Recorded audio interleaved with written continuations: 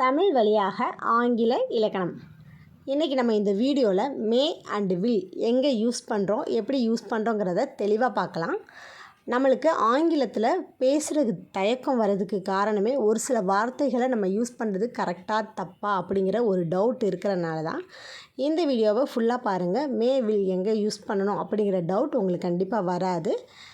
நம்ம இந்த வீடியோவில் மே வில் எங்கே யூஸ் பண்ணுறோம் அப்படிங்கிறத தெளிவாக பார்க்கலாம். நம்ம ஃபஸ்ட்டு பார்க்க போகிறது மே எந்தெந்த பிளேஸில் யூஸ் பண்ணணும், எப்படி யூஸ் பண்ணுறோங்கிறத பார்க்குறோம்.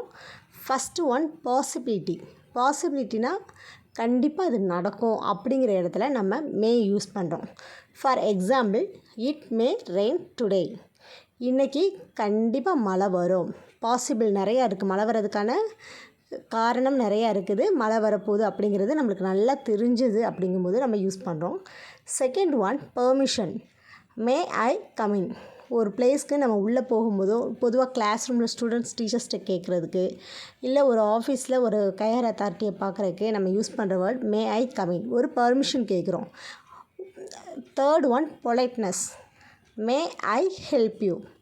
செகண்ட் ஒன்றுக்கும் தேர்டு ஒன்றுக்கும் ரொம்ப டிஃப்ரெண்ட் இருக்குது. செகண்ட் ஒன் வந்து நம்ம தெரிஞ்சவங்க தெரியாதவங்க யார்கிட்டனாலுமே பெர்மிஷன் கேட்டு ஒரு செயலை செய்வோம்.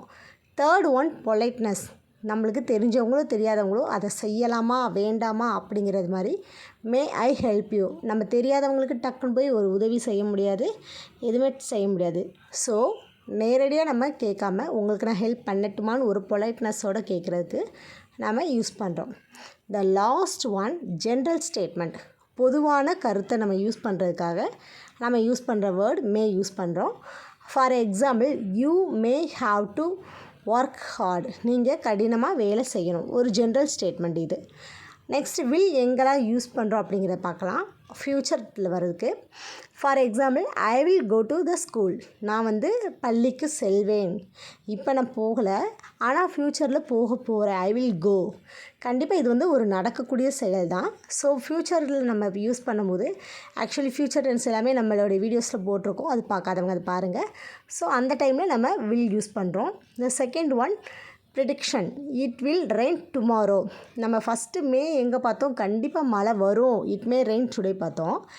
இதில் வந்து ப்ரிடிக்ஷன் தான். மேபி நடக்கலாம், நடக்காமலும் போகலாம். It will rain tomorrow.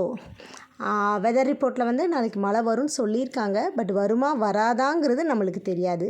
So அப்படிப்பட்ட டென்ஸ் நம்ம யூஸ் பண்ணுறதுக்கு, சென்டென்ஸ் யூஸ் பண்ணுறதுக்கும் நம்ம வில் யூஸ் பண்ணலாம். தேங்க்யூ ஃபார் வாட்சிங்.